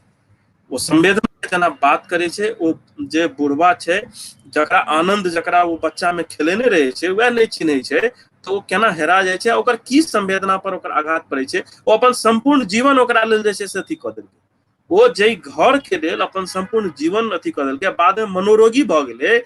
वह जे मालिक छै से ओकरा बाद में नहीं देखल, ओकरा कहलकै जे तू अपन हिसाब किताब कऽ ले आ चलि जो। तऽ वो आ फेर जहन वह बच्चा जकरा कोरा कहाँ खेलेलकै, जे ओकरा संगे हरदम लटकल रहै छलैया, घुआ मना ओ करै छलैया, तखने वो हंसै छलै, खेलाइ छलै, मेला घुमबै छलैया, वह बच्चा ओकरा नहीं चिन्है छै। तैं एहन बात नहीं छै जे संवेदना विहीन दलित समाज के बात करै छथिन। लेकिन हाँ, जे दूटा कथा के बात हम कहलहुँ ताहिमे अंत से जे छै ने से अंत कनि जरूर जतेक नीक कथा छै ने वो अंत और नीक भऽ सकै छै, हमर से कहब। जी, हम श्रीधरम अहाँ से पूछऽ चाहे छी भैया जे मनीष अरविंद के जनरली सब कहे छन, माने मैथिली लिटरेचर में जे ई नव विषय लिखे छथि, ई पहाड़ लिखे छथि, ई जंगल लिखे छथि, ई सब लिखे छथि जे जनरली नहीं लोक लिखैया से ई लिखे छथि। एकर कारण हुनकर पेशा सेहो रहि सकै छनि जे ओ जे पेशा में छथि ताहिमे ओ बेसी एहि चीज के देखै छथिन, तें ओ चीज सब ओ लिखै छथि। मनीष अरविंद के कथा के शिल्प और कथा के जे विचार छनि, कथा में जे विचार दै छथिन वा कथा के जे कथा वस्तु छनि ताहि पर अहाँके की विचार अबैया? हिनकर ओवरऑल विशेषता हम दूटा कथा के मने हम चाहे छी पर अहाँके टिप्पणी, जे एकटा छियाकी राज बाबा जे टाइटल कथा है ताहि पर, और दोसर भोज पर। इच्छा हुआ तो अपने पसरैत अन्हार पर से हो या सुनै छा शिखा पर से हो दऽ सकै छी, लेकिन विशेष रूप से हम चाहे छी अहाँके टिप्पणी छियाकी राज बाबा पर और ई भोज कथा पर।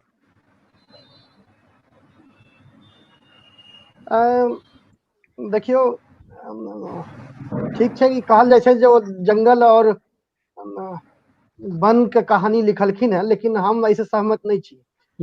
11टा कथा में 3टा कथा अहाँ कह सकै छी, गणेश के, लहास के और चियाकी राज बाबा के, जो पूरा वो जंगल जल आदिवासी जमीन और ये सब से जुड़ल छी। बाकी 11टा में 3 घटा दियो तो 9 भेले। ओ 9 कथा तो अहाँके और विषय पर छै, ताहि दुआरे ई अहाँ कोनो हाँ टाइप नहीं कऽ सकै छियै जे ओ पूरा ओकरे कथाकार छथिन। हाँ, ओ तीनू कथा जे छै से अहाँके पूरा प्रामाणिकता के संग जे छै से एले हैं, और जे जतेक पैघ वो सवाल उठबै छै, अहाँ हम पहिल राउंड में नहीं बात कऽ सकल रही, खास कऽ के अहाँके चियाकी राज बाबा के जे छै से एकटा बहुत पैघ समस्या छै। हमसब बुझै छियै जे कथा खाली जे छै से सामाजिक यथार्थ या यथार्थ प्रकृति की सामाजिक यथार्थ नहीं छियै। आई प्रकृति के दोहन करैत करैत जे छै से हम सब जे छै से कोन जगह पहुंच गेलिए हैं। हमरा ओई कथा के पढ़ैत जे छै से अनुपम मिश्र के आज भी खड़े हैं तालाब हमरा मोन पड़ल। हमरा हवलदार त्रिपाठी जे सहृदय के जे बिहार की नदियां वो किताब मोन पड़ल, औरो कएटा किताब मोन पड़ल जकरा हम सब बिसरि रहल छियै। और कतौ न कतौ से जे छै से पैघ एकटा विभीषिका के जे छै से हम सब नोत दऽ रहल छियै। एखने एकटा खबर सुनलियै जे 4 धाम यात्रा के कारण सुप्रीम कोर्ट जे छै से ऊपर रोक लगेलकै हैं, ओहि में जतेक पेड़ के काटल गेले हैं, अबे वाला समय में धर्म जतेक हो मनुष्य के, लेकिन लाखों मनुष्य के अंत या सभ्यता के अंत जरूर भ जेतै। तो एतेक पैघ सवाल के उठबैत और ओकर ट्रीटमेंट जे छै से ओहिमे कोनो दिक्कत नहीं छै, पात्र छै और 3 पीढ़ी के संघर्ष छै। अहाँ ई देखियो ओ 3 पीढ़ी संघर्ष करे छै सरकारी सिस्टम से। सरकारी सिस्टम में कते ईमानदार आदमी होइ छै, कतेक ईमानदार ऑफिसर होइ छै, ओ तस्कर से करे छै, ओ उग्रवाद से करे छै। तो ताहि दुआरे ओ पूरा के पूरा कथा जे छै से चूंकि बहुत पैघ कैनवास के आनै छै, ताहि दुआरे ओ सफल कथा छै। भोज कथा जे कहलिए, देखो भोज कथा में जे छै से भोज या जे हम दोसर चोरनी कथा के चर्चा केलहुं, ओकर सिर्फ और सिर्फ अंत के छै।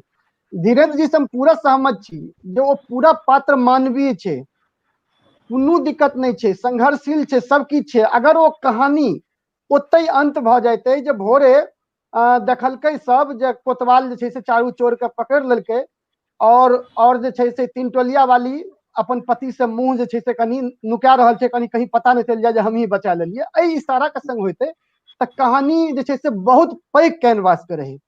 लेकिन जहन एकटा पासवान जी आबि के मलकनि से निहोरा करे छथिन जे आब ई प्रायश्चित क देलकै, मतलब फेर से अहाँ जोन में राखि लियौ, त पूरा पोल खुजि जाइ छै। ताहि दुआरे हम कहलहुँ मैं ओहिसँ आगू पर जे छै से हमर ओ सवाल छल। तहिना ओ भोज के जे अंत छै बहुत नीक चल रहल छै, ओ इच्छा छै, लेकिन ओ ब्राह्मण सब जे छै से ओ खा रहल छै, ओकर घर जरि रहल छै, और एम्हर जे छै से इहो खुआ रहल छै। तो पूरा के पूरा कोनो द्वंद नहीं छै ओतऽ, जे कतौ न कतौ से समाज में द्वंद छै, ओ द्वंद के लेखक के पकड़बाक चाही।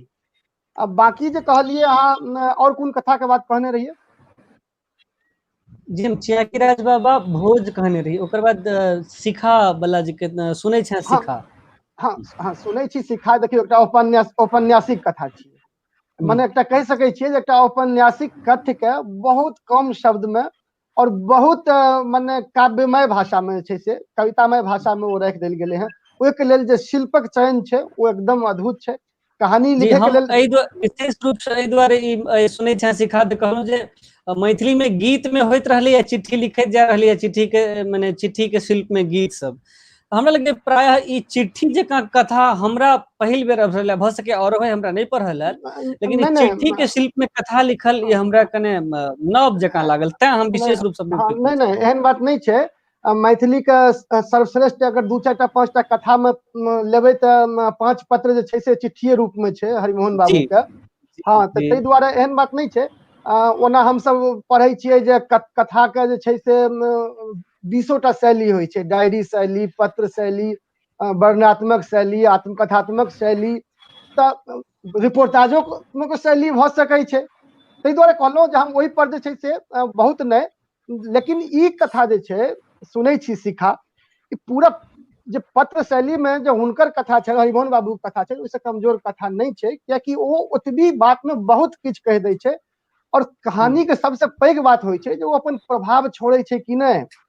तो कहानी पढ़ला के बाद पाठक के लगते जे नहीं एतऽ जे छै से विरोध भ जेबाक चाही, एकरा रोकि लेबाक चाही, जे एकटा और जे छै से मिथिला के स्त्री मरि न जाए, एतऽ बचा लेबाक चाही। तो कथाकार के जे छै से सफल छै ओतऽ पूरा के पूरा। अहाँके तहिना अहाँके जे छै से हथौड़ा के चर्चा भेलै, बहुत मनोवैज्ञानिक कथा छै, बहुत छोट शिल्पक कथा छै और बहुत छोट बात छै, लेकिन बहुत पैघ बात छै।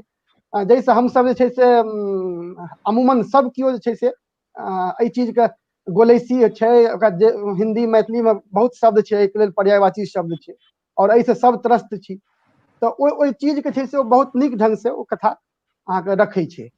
हम 2टा कथा के चर्चा केने रही जे हमरा जे छै से सबसे जे उग्रवाद नहीं छलो और पसरैत अन्हार, एहि दुनू कथा के अहाँ भारतीय भाषा के कथा जे छै से श्रेष्ठ कथा में कतौ अहाँ राखि सकै छी। और वो हम पूरा पढ़ला के बाद और पूरा जे छै से जज परख के बाद जे छै से ई बात हम कहि रहल छी। जी बात विस्तारो से कह सकै छी, कोनो दिक्कत नहीं छै। अच्छी जी जी जरूर करबे। पर हम विभा जी लग में विभा रानी सिनका पूछे चाहे जे उग्रवाद नहीं छल ओ कथा जे छै, तै पर अहाँ के की विचार अबैया एहि कथा पर, मनीष अरविंद के संदर्भ में एहि कथा के लऽ कऽ? हम एहि दुआरे अहाँ के जे मूल छला अपना पहिल कथन में जे सुनैत नहीं छे सिखा पर जब अपने गप करे छलियै, हम तै से कने एक रति एम्हर कऽ देलहुँ हैं जे उग्रवाद नहीं छल कथा पर अपने की विचार है से? पहिने तो हम अहाँ के गुंजन हम पहिने इहे शुरुए में हम कह देने छलहुँ जे हम पूरा कथा अपन हमर घर के किछ एहन स्थिति भेल जी छल जी जी, जे हम बुझे छी कारण जी जे छै जी से जी हम पूरा संग्रह नहीं पढ़ि सकलहुँ, तऽ तें जी हम ई जे छै ई कथा हम नहीं पढ़ि सकलहुँ, तऽ एकरा पर हम किछ नहीं बाजब। नहीं बाजब के हम स्थिति में नहीं छी, हम पढ़िए नहीं सकलहुँ हैं, तऽ अहाँके बुझल है जे की स्थिति जी छै, जी जी जी हम एहिठाम जी जी बैसल जी छी तऽ इएह हम जे छै से जी बिल्कुल बुझब। जी बिल्कुल। धीरेन्द्र कुमार झा, जो अहाँ पढ़ने छियै सर उग्रवाद नहीं छल ओ कथा, तऽ एहिमे एकटा चीज हम देखै छियै जे जहन मनीष अरविंद कथाकार के रूप में ठाढ़ होइ छथिन वा जहन लेखक के रूप में अपना रचना में ठाढ़ होइ छथिन, तऽ ओ माने फर्केशन ओ एकटा लाइन खींचे छथिन जे ई एतऽ पुलिस मनीष अरविंद पुलिस कहै छी, एतऽ डीएफओ मनीष अरविंद छथि, एतऽ ऑफिसर मनीष अरविंद छथि, एहिठाम लेखक मनीष अरविंद छथि। ई जे एकटा महीन लाइन हिनकर छनि, हिनका कथा में चलैत रहे छनि ई चीज, तै पर अहाँ के की विचार है श्री धीरेन्द्र कुमार झा?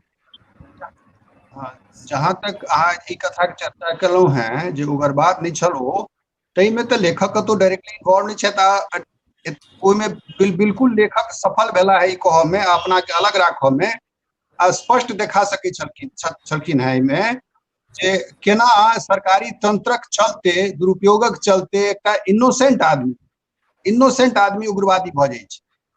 ओना हमरा हिसाब से एकटा सफल कथा तऽ निश्चित सफल कथा है, खूब सफल कथा है, लेकिन विषय नव नहीं है। ई विषय पर बहुत कथा लिखल गेल छै, एहि विषय पर कोनो पहिल कथा अछि हमरा नहीं लगैया। एहि विषय पर अगुरबाने से लिया ने, अगुरबाने से लिए जे केना सरकारी तंत्रक दुरुपयोग केला से एकटा आदमी, इनोसेंट आदमी लुत्ती भऽ जाइ छै, केना बदमाश भऽ जाइ छै, तऽ से एक सफल कथा मानै छी। लेखक जहाँ तक इन्वॉल्व छथि, ओ 3-4 टा कथा में एकदम डायरेक्टली इन्वॉल्व छथि, जेना अहाँके गणेश में, लहास में, जेना चियाकी बाबा में लेखक सामने अबै छथि। हम कहै छी जे हमर ई कहब है जे पूरा कथा संग्रह में मान लिअ 3-4 टा छै, लेकिन एकटा कथा क्षेत्रक तऽ विस्तार होइ छै ने यौ, विषय के विस्तार होइ छै ने यौ। वह पुरन के रट पर हम सब चलैत रहब भरिजन, मैथिली भाषा कथा आगू बढ़ते ने। हम एकटा अखने ही लॉकडाउन में एकटा कथा पढ़लहुँ है बंगला के, 1900 ईस्वी के कथा छै, 1900 ईस्वी के, ऐसे 120 साल पुरान। ओ कथा शुरू होइ छै इंग्लैंड के एकटा शहर से शुरू होइ छै, आ दोसर शहर पर जाके इंग्लैंड में खत्म भऽ जाइ छै। हम सब अखन तक एकोटा खिस्सा लिख सकलहुँ है अखन धरि जे विदेश में शुरू होइया विदेशे में खत्म भऽ जाए। कोनो एहन नव विषय, कोनो एहन नव क्षेत्र। रविन्द्रनाथक बहुत इंपोर्टेंट कथा छै, ओ जेकरा छै महाराष्ट्र के छै। महाराष्ट्र में से हमरा लगे 1880-90 के आसपास के हेतै यो, 1890 के बाद के तऽ नहिए छै।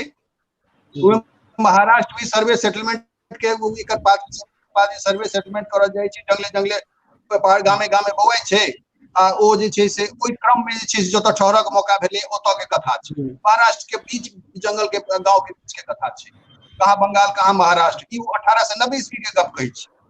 तऽ हमरा सब मिथिला से कने बाहरो निकलबै ने यौ, मिथिला जेकरा कहै छियै आज एक क्षेत्र के भौगोलिक क्षेत्र कहै छी, तऽ कथा संग्रह से सबसे हमरा पॉजिटिव बात ई लगैया, एक तो हम सफल कथा एहि दुआरे कहै छी, भाषा के स्तर पर अगर अहाँ देखबै, भाषा के स्तर पर अहाँ कथा देखियौ,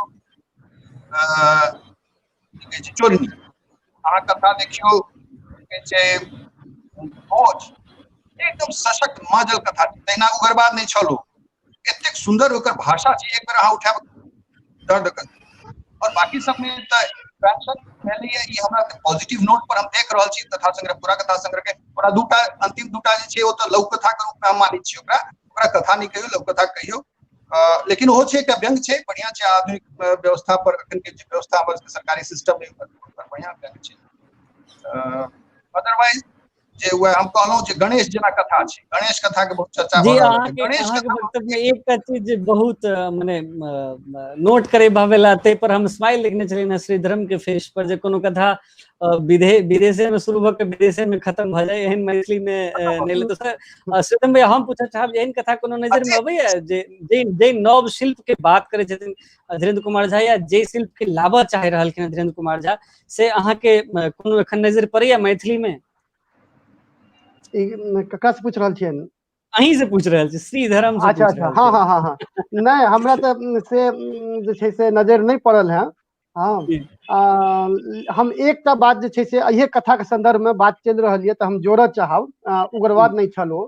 आदरणीय धीरेन्द्र जी जे कहलखिन जे एहिमे लेखक इन्वॉल्व नहीं छथि, लेखक बहुत इन्वॉल्व छथिन और सदैह छथिन। जहन ओ कियाकि नरेटर में कहानी चली छै और लेखक नरेटर छै एहिमे, तऽ जहन ओ अबै छनि ओकर नाम छियै अहाँके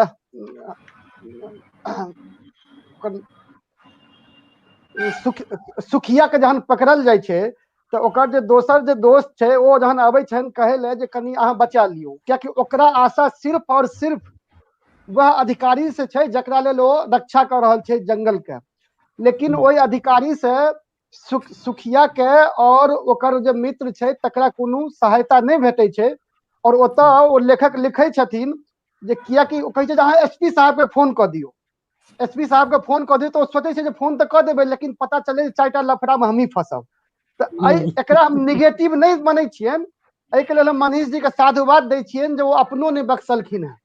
एकटा रचनाकार पैघ रचनाकार तखने होइ छै जखन अपनो ओ नहीं बख्शै छै और ओतबी जे छै से ओ निरंकुश भऽ के ओहो पात्र के ट्रीटमेंट करै छै। तऽ ताहि दुआरे ओ छथिन, ओ जे छै से ओतऽ नेगेटिव रोल में छथिन और यह कहानी के ओ विशेषता छै, ओ कहानी के पैघ बनबै छै। ये हमरा जोड़नाइ रहे। जी समय भ गेला 5:41 हमरा घड़ी में। 6 बजे हम शो के खत्म करे चाहे छी। 2 राउंड में सब वक्ता अपन अपन गप केला। हम जनै छी जे सबक मन में और बहुत रास बात है कथा पर, 11टा कथा पर ई 1.5 घंटा में विस्तृत से फैल से गप करब संभव सन नहीं छै। मुदा एहि सब चीजक अतिरिक्त हम एकटा बात कह जाए जे हम सब गोटे बैस के लेखक पर हुनकर मने हुनका पर विचार देलहुँ हैं। अब हम लेखक के विचार आमंत्रित करै छियनि एहि सबटा गप पर, ओ की कहऽ चाहै छथि, हुनकर की पक्ष छनि सब गप पर। आदरणीय श्री मनीष अरविंद।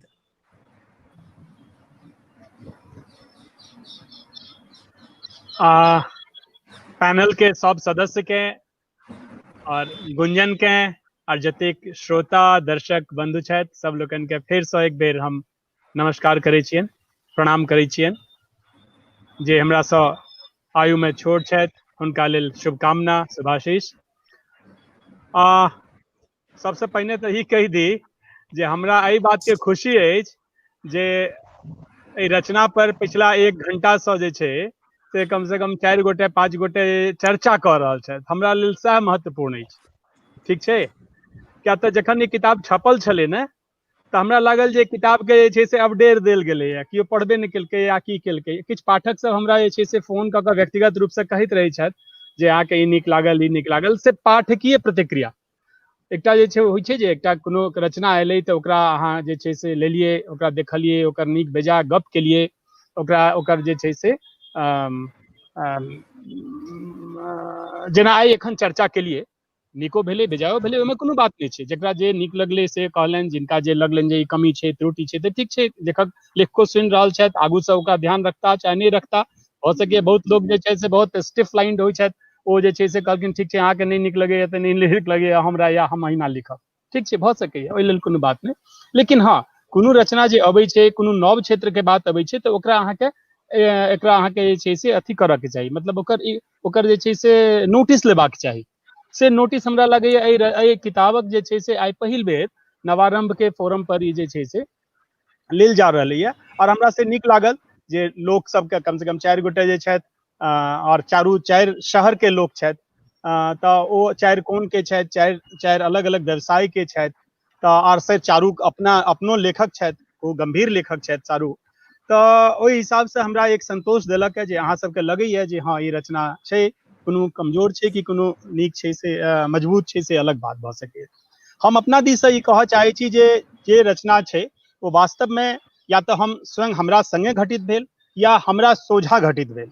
हम देखलिए, हम ओकरा खूब नीकसँ जे छै से बहुत गहराइसँ ओकरा अनुभव केलिए, ओकरा ऑब्जर्व केलिए आ तखन ओकरा हम लिख देलिए। तऽ ओहिमे कोनो बनावट कतौ कोनो मे ई नहि छै जे हमरा कथा लिखबाक अछि ताहि दुआरे हमरा कथाके बनावट आ बुनावट आर ओकर शैलीके पकड़बाक अछि से नहि। हमरा मोनमे जे देखलिए, हमरा मोनमे जेना ओ उचरल तेना हम ओकरा शब्दमे लिख देलिए है। सएह एकर सच बात छै, एकदम सच बात इएह छै। ठीक छै।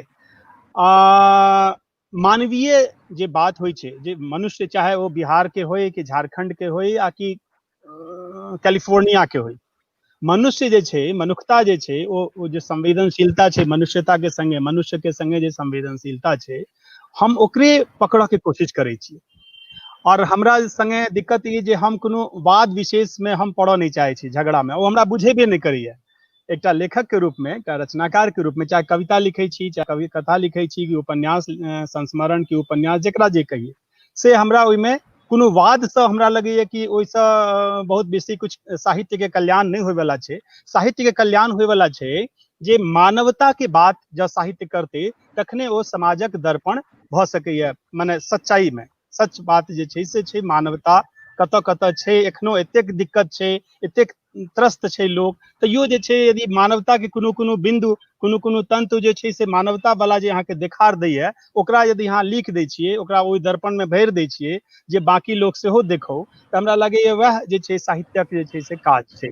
हमरा हिसाबसँ, हम गलत भऽ सकै छी, हमरासँ सब लोग सहमत नहीं भऽ सकै छथि, ये अलग बात, लेकिन हम अपन मानवता के बात कोशिश के लिए आनऽ के। और तेसर हम कहऽ चाहै छी जे जे होइ छै, जे संस्मरण छै कि कथा छै, जे शैली के बात होइ छै, तऽ से हम तऽ सदेहे हम स्वीकार करै छी जे हम साहित्य के विद्यार्थी कहियो रहलहुँ नहीं, हमरा जे छै ओतेक पढ़ल नहीं अछि, हम ओकर विद्वान जे छै से नहीं छी। हम जे छै से बहुत सिंपल जे पढ़ल लिखल लोग छी, हम विज्ञान विषय हमसब पढ़ाई केलहुँ, एखन जंगल झाड़ में रहै छी, जे देखै छियै से लिख दै छियै से एहिमे। लेकिन लिखऽ में एकटा ई बात हम बेर बेर रिटरेट करै छी जे ओहिमे ईमानदारी बरतै छियै। एखनो जे छै से पैनल के लोग सब कहलनि जे हम अपनो के नहीं अथी करै छियै, मतलब ओकरा अपनो के हम जे छै ट्रीटमेंट में छोड़े नहीं छियै, बख्शे नहीं छियै। ई बात सच छै जे हम एसपी के फोन नहीं कऽ सकलियै, एहि दुआरे जे अहाँ उग्रवाद वाला में करबै, अहाँके फेर 5टा अहाँके जे छै से सीबीआई के अगेंस्ट में अहाँके रिपोर्ट जायत, अहाँ जे जाउ लफड़े में पड़ैत रहू। तऽ ई तऽ जे फैक्ट छै, यदि ओकरा हम नहीं लिखलियै तहन तक लेखक कथी के भेलहुँ अहाँ? झूठे जहन लिखबै, झूठ के यदि पिटारा भरि के राखि देबै तहन लेखक अहाँ नहीं भेलहुँ। तऽ से बात छै। हम जे छै से हमर शैली कमजोर भऽ सकैया, हमर लिखक में जे छै से तरीका गड़बड़ा सकैया, लेकिन सच्चाई में कतौ जे छै से अहाँके नहीं भेटत। से एखन हम अहाँके सबके जतेक गोटे सुनि रहल छी, जे गोटे देख रहल छी, आ पैनल के लोग सब, आ कि संचालक, आ कि बाकी लोग सबके हम ई गारंटी दै छी जे बात लिखै छियै से बहुत ईमानदारीसँ ओहिमे रहै छै, ओहिमे कतौ बनावटीपन नहीं छै। सएहटा हमरा कहबाक अइ। बहुत बहुत धन्यवाद। बहुत धन्यवाद सर। अब हम कुछ प्रश्न सब पूछे छी अपन पैनल सबसे। एकटा एखन तुरंत जे कमेंट भेला, हम पहले क्षमा प्रार्थी छी अपन सब कमेंट के निहार से, जे जँ किनको प्रश्न कदाचित छूटि जाय हमरा से तऽ कृपया एकरा अन्यथा नहीं ली। हमरा बहुत रास कमेंटे ताहिमे से जे एखन सोझा पड़ैया से कमेंट हम अपन पैनलिस्ट से पूछ रहल छियनि। मनोज सांडिल एकटा प्रश्न केने छथि, अहाँके स्क्रीन पर एखन देखाइए ओ प्रश्न अइ जे जँ विषय अखन प्रासंगिक हुए तऽ की ओहि विषय के पुराण के ही रिजेक्ट कयल जा सकै छै?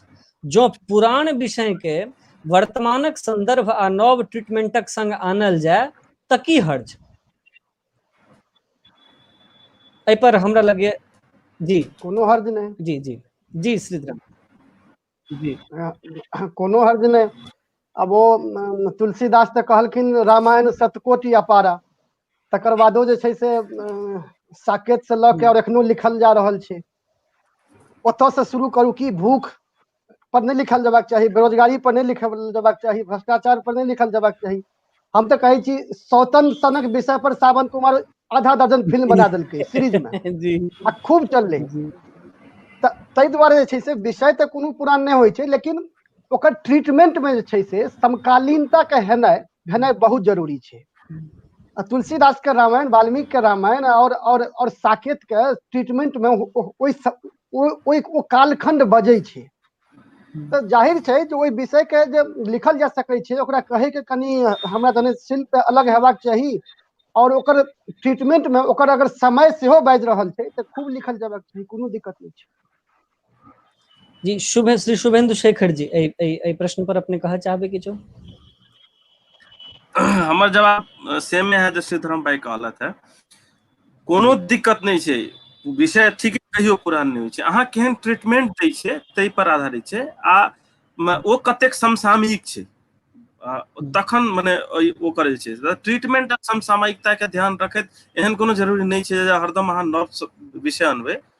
हाँ, एहिमे एकटा हम बहुत शुरुओ में कहलहुँ हैं जे एक कम से कम मनीष अरविंद एकटा कथाकार छथि, ओ जे कवितो लिखै छथि, हुनकर कवितो में अबै छनि जो चिड़ै चुनमुनी आ प्रकृति के बात करै छथि।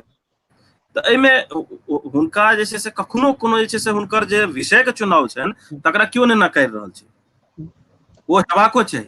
लेकिन मतलब पुराने चीज पर जे छै से अहाँ केना ट्रीटमेंट देलियै, ओकर की ओकर रेलिवेंस छै आइ के समय में, ओकरा देखिए के लिखल जा सकै छै, अहाँ माने रिपीट नहीं कर सकै छी। देखियो हमर कहब ई छै, जी जी जी जी यदि देखी तो रामायण आ महाभारत में तो सब किछु लिखाइए गेल छै, तऽ की सब लोग लिखऽ के बंद कर देते कि? नहीं भऽ सकै छै। दोसर जे छै से महाभारत आ रामायण में जतेक चरित्र छै, तो हम सब तो खाली कथा लिख देने छी कि हम युधिष्ठिर के पूरा चरित्र के हम मनोवैज्ञानिक अध्ययन केने छियै। यदि हम नहीं केने छी, या आइ यदि केओ युधिष्ठिर के आइ के परिप्रेक्ष्य में ला कऽ देखऽ के चाहते, राम के आइ के परिप्रेक्ष्य में ला कऽ देखऽ के चाहते, तो किया नहीं कऽ सकै छै? हाँ, जे कहले जे श्रीधरम कहले ना, शुभेंदु सेहो कहले जे कंटेम्परेरिज्म जे छै से ओकरा में हेबाक चाही, तहन अहाँ ओकरा जे छै से ओकरा एक्सेप्ट कर लेबै, नहीं तो लागते जे हम सत्यनारायण भगवान के कथा कहि रहल छी या कहब। जी एहि प्रकारे अपना सब गोटे ई परिचर्चा सुनलहुँ। लगभग अंतिम चरण में ई परिचर्चा उजका हम विशेष रूप से धन्यवाद हुनका सबके दै छी जे एहि चर्चा में परोक्ष अपरोक्ष रूप से सहयोगी रहला, और ई परिचर्चा ई पहिल बेर एना भेला जे एहन एहन डिबेट के मैथिली के लेखक सब प्रायोजन केलखिन हैं। आ प्रायोजन एहि संदर्भ में जे सब केलखिन हैं, हमरा संगे पहिल बेर हुनकर ओ छनि खोता मैथिली कथा संग्रह छै। ई लगभग 5 गोटे हमरा सबके देलनि हैं, तऽ अहाँके बेरा बेरी हम अपने के जनतब दै छी ओहि पोथी सबके। ई छनि एक मुट्ठी जोड़, एकर लेखिका छै डॉक्टर अलका वर्मा, नवारंभ से किताब आयल छै। ई एहि कार्यक्रमक सेहो एकटा प्रायोजक छली है।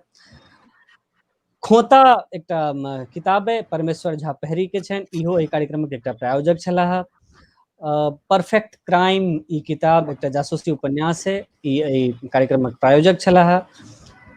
और ये मेरा मन ई कविता संग्रह है, डॉक्टर चंद्रमोहन झा के छनि, इहो नवारंभ से आयल है, इहो एकर प्रायोजक छलाह। एकर अतिरिक्त दादी माँ के खिस्सा प्रवीण भारद्वाजक जे किताब छनि, जे पोथी छनि, सेहो एहि कार्यक्रमक प्रायोजक छलाह।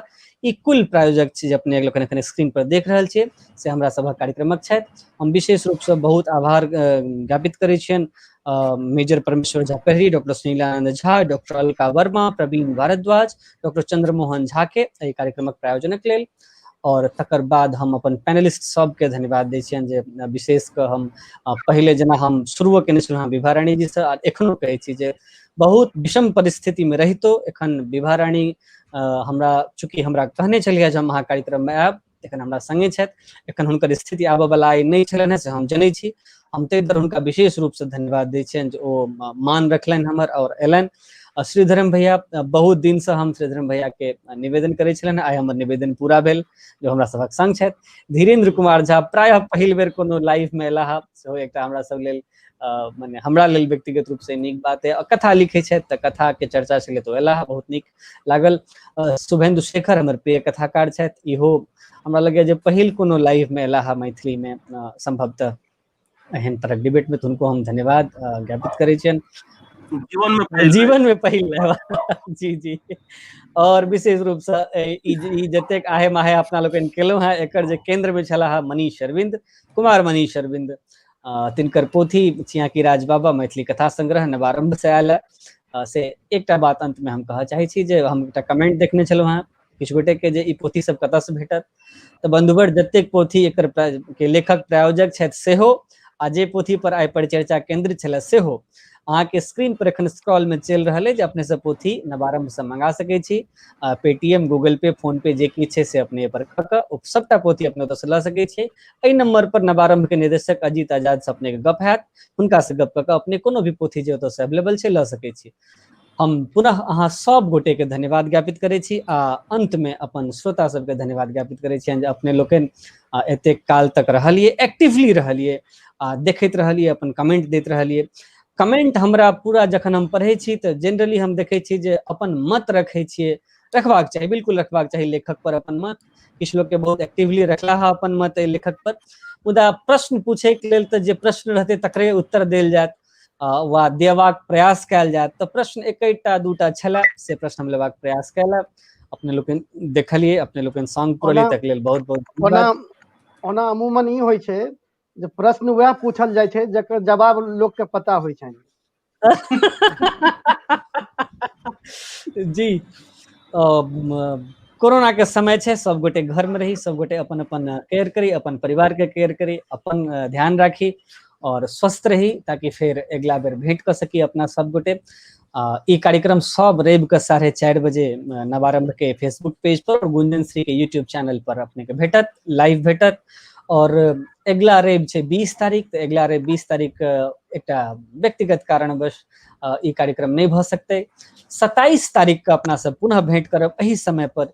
27 के रवि छै, ओहि दिन जे पोथी पर चर्चा है, तो पोथी के नाम है गेल सब झाड़ैत अछि पाँखि, चतुरंग प्रकाशन बेगूसराय से ओ पोथी प्रकाशित है, कविता संग्रह है, एकर कवित्री छथि मेनका मल्लिक। अगला 27 तारीख तक के लेल अपने लोगन के बहुत बहुत नमस्कार, प्रणाम, स्वस्थ रहियो, नमस्ते।